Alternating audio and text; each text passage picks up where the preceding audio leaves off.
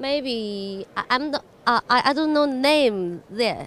We were here in the San Marco. We took a gondol tour for 30 minutes and we see the Grand Canal.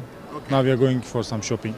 We went to the Rialto Bridge, we did a gondola ride today. Siamo passati per i posti turistici di Venezia, poi la vera Venezia non bisognerebbe viverci per vederla. C'è tanto da vedere.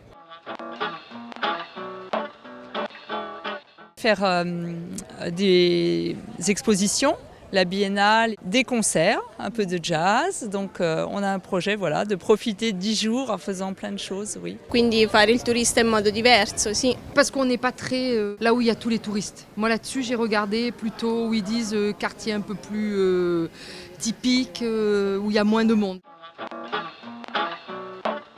Via internet. C'est vraiment à travers Internet qu'on trouve beaucoup d'informations. Siamo entrati in questo internet e abbiamo trovato poi l'indirizzo giusto. Googlea. Find information on the internet, but it's not always available.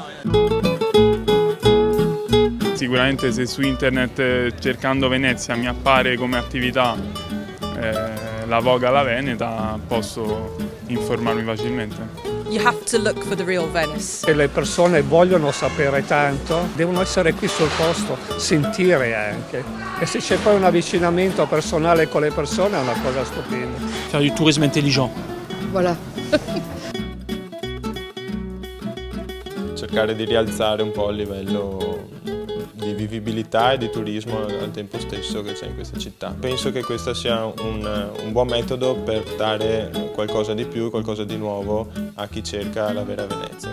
Si sposa direi in maniera quasi perfetta con turismo soprattutto sostenibile, tenga conto di quelle che sono state le vere tradizioni di questa città, quindi la voga, la cucina. Il progetto Vivo Venezia mi piace molto perché dà la possibilità invece alle persone di vivere la città in maniera più concreta, più autentica, più quotidiana.